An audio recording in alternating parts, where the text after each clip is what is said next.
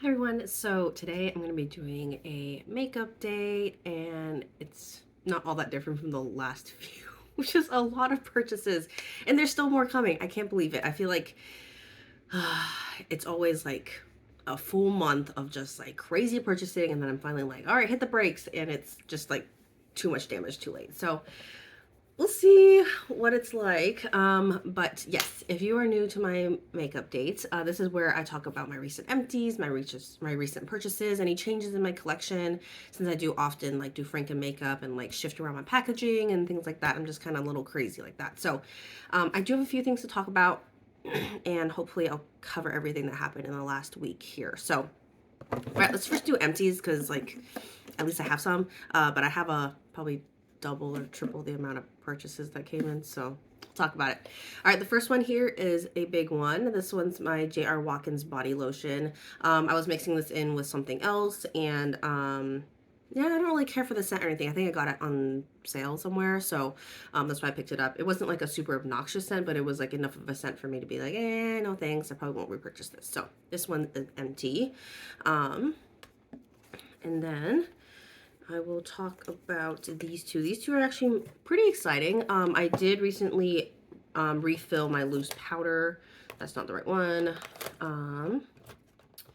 This is my little DIY loose powder compact, and I always refill it with kind of a mix of stuff. One of them is this Laura Geller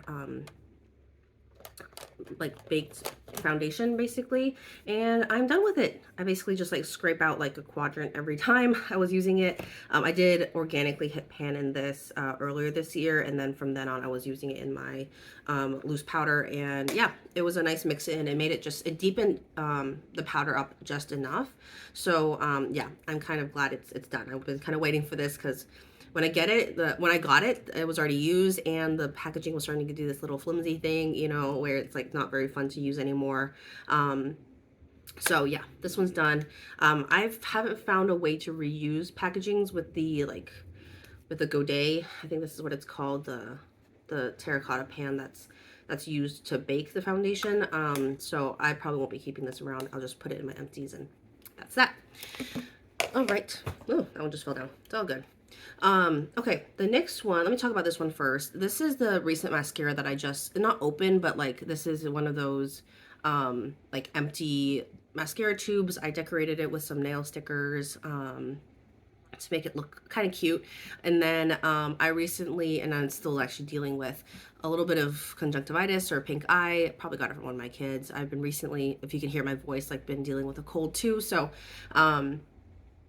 I feel like it's just a progression of that. And I was like, I've been actually using the wand on this versus using my mascara brush, which I would have been less concerned about because I wash my mascara brush, my little fan brush here, every single time that I use it. But since I was using, I actually did put it on my eye while I was like a few days before, during the time I had pink eye, I was like, I'm just going to retire this. This probably only has like a fourth of a mascara tube in here. So yeah, I feel like this is part of the reason why I did this, was to buy a ton of empty mascara tubes and to separate them out, because I knew I would run into, whether it be a sty that I have or a pink eye or something else, that I could be able to just say like, I've only wasted a fourth of a mascara packaging. So I'll see if I can maybe sterilize this somehow. But yeah, I think I'm just gonna let it go.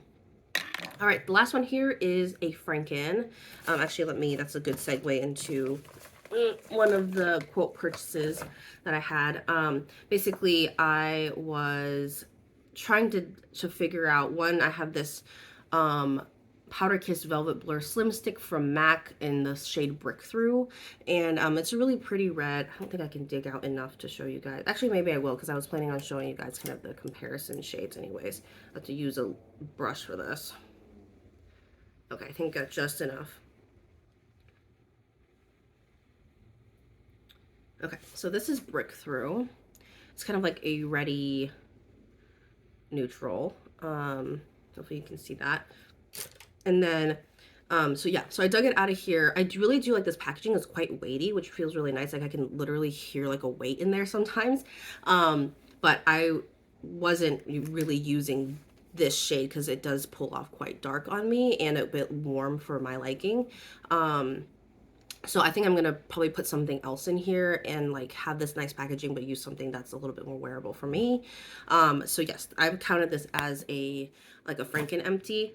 And then what I mixed it with was my lipstick in Skew, which I wish I had a little bit left to show you, but it was kind of like a lighter like pink. It was, I think it was considered a frost in the MAC line, and it had like a purple iridescence through it, which was like I was wearing it regularly when I was just a few years ago, but now that I put it on, I'm like, whoa, that pulls really weird, like nearly Barbie pink, with like a purple hue to it. So it was really weird, but I was like, maybe if I mix the two together, I could mix it, it would actually be something more wearable for me, and it is.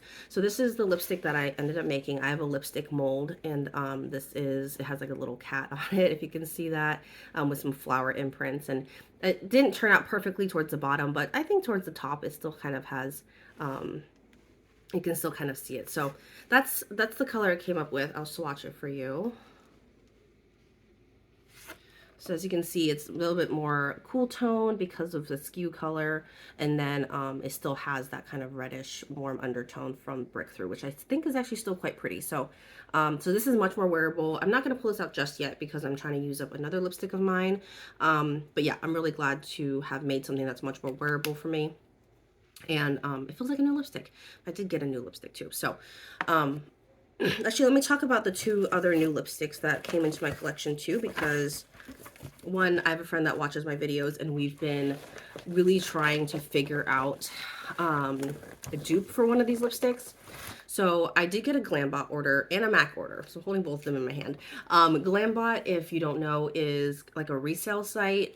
Basically, like people can send them their like lightly used or even unopened makeup, and then they'll like sanitize it and then resell it like a tad bit higher. So I think I picked up a few things, which I'll show you and I'll give you the prices, but I think they're pretty reasonable, and but like granted, like the makeup is older, right? So so yeah. So first off, my friend that is watching this really loves the Makeup Forever N9, and I did too when I first received it in my like Sephora birthday thing from maybe like 2015.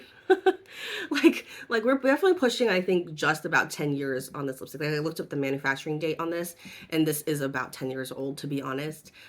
So yeah, I don't know, my channel's turning into like you looking at 10-year-old makeup, which is weird because I keep on saying I want to do a turnover in my collection every 2 years, but now I'm holding like a 10-year-old lipstick. It's new to my collection, but yeah, obviously, like when you're purchasing from Glambot or any resale site, like you're taking a risk, and like you have to make sure you do your research and all that stuff. When I first opened this, it looked nearly untouched, and as you can see, like if you had this back in the day, like, you know, this is what it looked like new out of the packaging. And so this was, I swatched it a few times since I got it, but yeah, when I got it, it looked nearly untouched. Like the shape of the bullet looks exactly the way that it would have come from the manufacturing, versus I think when Glambot, if they sanitize it, they either cut it flat or maybe at like an angle, but I don't think it would have looked like this. So my friend, if you were curious with how this swatches next to it, both her and I love this shade, and we thought that it was like our perfect neutral, which it does, looking at the camera kind of, and I do have a little bit of lip product on, but compared to my other shades that I just swatched, it pulls very warm. So that one is the Makeup Forever N9 here. 10-year-old lipstick. Still swatches okay. I would probably not use it on my lips. And it's giving me like Crayola Play-Doh vibes. So I probably would never put this on my lips. Maybe on my cheeks. But yeah, that's kind of how it's pulling. So it's a little bit more similar to Breakthrough, I think. But I don't know. Like, this is so outside of the color family that I gravitate towards now. Which is so funny because, you know, 9-10 years ago when I first got this, I was like, oh, this is nearly perfect, and like her and I have just been like swooning over it ever since. And because they discontinued it, we've never been able to find like a perfect match. But now that I have it in my hands, and I think the pigment is still there. It might have been slightly off from the age, but honestly, like I would not gravitate towards it today. The other lipstick that I got, which It's funny because it's kind of in a similar family, but I mainly got it for the packaging, which I'm a packaging sucker. Because, partially, I think because of the frankening I do. Sorry if you hear birds outside. Um, I think partially because of the frankening I do, and so I want to be frankening into pretty packaging. But this is from the MAC Valentine's Day / Lunar New Year collection that they came up with this year, and I thought it was super ingenious. Where because this is the year of the dragon, they kind of did a hybrid of hearts and dragon scales, which I think is ingenious, and I love that. And so I felt like when I saw the collection, I was like, "Ooh, this is really really nice," and I was ready to pick something up, but I didn't see anything that really caught my eye. In terms of like the product itself, the packaging was beautiful, of course.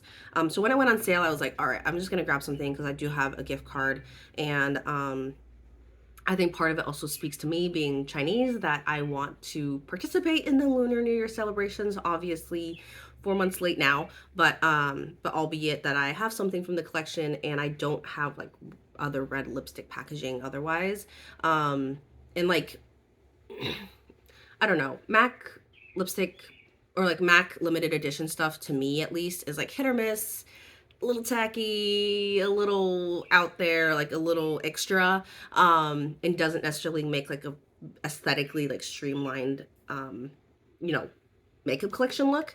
But I personally am starting to get bored of the black tubes right now. So I was like, this is a nice pop of color. I have another MAC lipstick here as well from like a winter collection, which I don't love this packaging as much as I do this one. But the color that it came with was decent until I figured out it was too warm for me.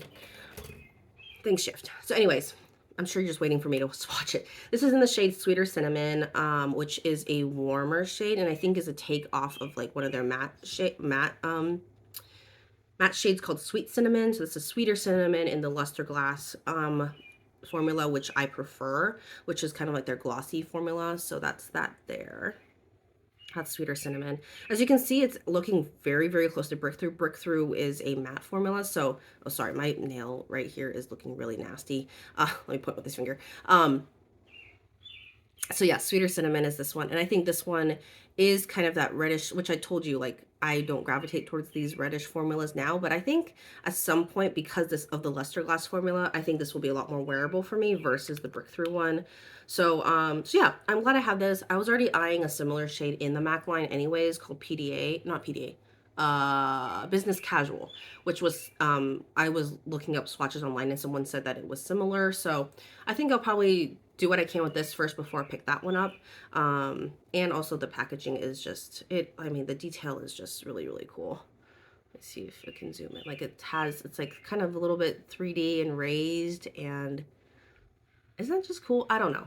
But anyways, so I'm going to stop procrastinating and show you my other purchases from, I think I haven't gotten the other thing that I purchased from that MAC order yet. That's coming next week. But some of the other things I got, let me get it out of this rolling bag here. So I got from CVS, I got a sponge because I'm not liking the current sponges I'm using. It was like a bulk package of this type of sponge, and like it's just not cutting it for me. So every once in a while I like go out of my way to get just a more regular sponge, if you will. And it even comes with a little sponge stand, so that's super cute. This is from LA Girl. This is their Pro Sponge, and I'll try this out. So that'll probably be the next one I try. I did finally get the Elstra. I've been talking about this so much. The Milani Make It Last like extra large bottle. And it's this is 6 ounces. This is the current one I'm using, which is 1 ounce, I think. And so as you can see, this one's gonna last me a lot longer. I use about 1 ounce of setting spray a month. And so yeah, I think this one is gonna last me the rest of the year pretty much. I don't think I'll be buying another setting spray. I did end up returning the other SPF spray, if you remember from my last video. And it just smelled weird. It was a little greasy. It just wasn't cutting it. And I was like, I know when I return it, it's going to end up in the trash. But for me, I might try to hold out for a little longer, but it would probably end up in the trash for me anyways. So I was like, I might as well cut my losses and just like get that money back. And like the company would do what they want with it. But yeah, this one I'm more confident that I'll be willing to stick with it. So, so we'll see how the mister is on this. It's not even opened yet, but I'll open this when I'm ready to.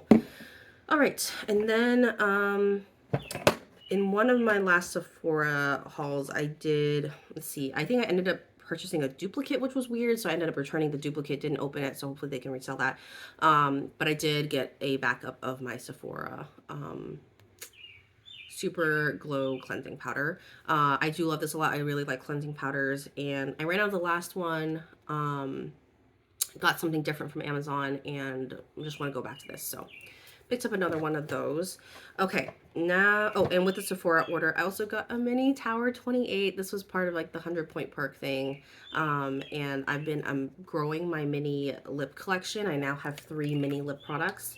I have this Tower 28 one. I think this one's in the shade Pistachio, which I will swatch. I haven't even worn this on my lips yet.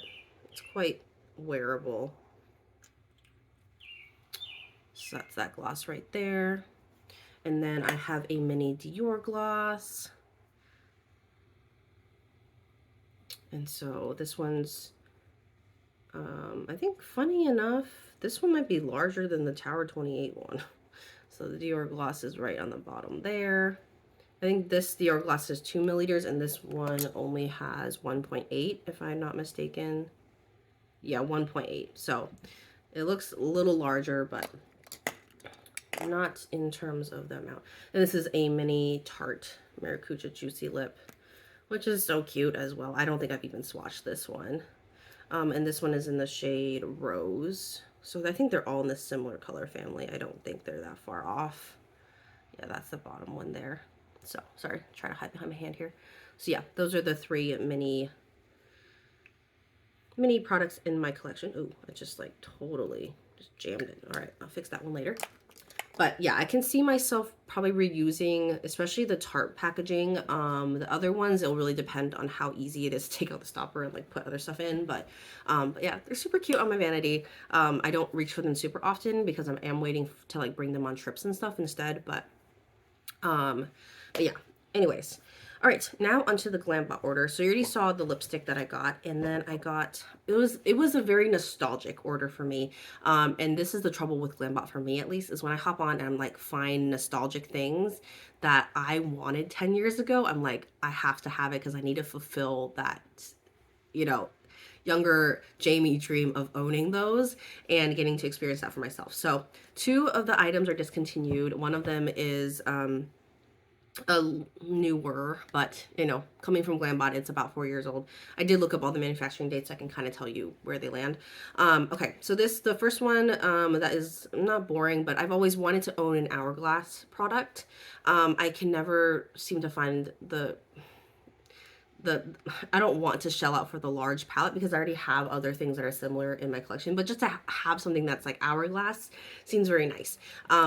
But yeah, I would say that the packaging looks super nice, but it is plastic, so that's that. I think this one was about $7.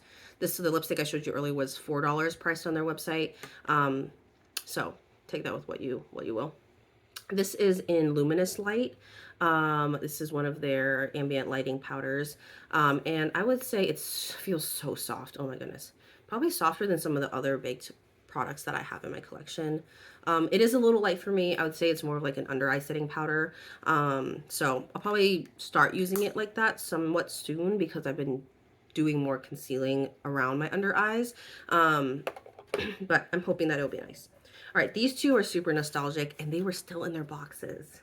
This is the Burberry Wet to Dry Eye Color Silk Shadow in Rosewood, and this one is a Makeup Forever palette. So I'll talk about this one first because this one's the most exciting for me. I think I've been seeing Sophie Alexandra using this one up right now, or at least like a similar one, but I think she's using the one in Rosewood. It even comes with a little like Burberry, you know, velvet package. So yeah, this was pretty much untouched, maybe swatched when I received it, but super like heavy packaging, super luxe looking. And I first saw, I think it was Meg. Is it Meg Fish 8? Is that her username? She was like OG Project Panner. She was using up one of these too, maybe in like the shade Barley or something.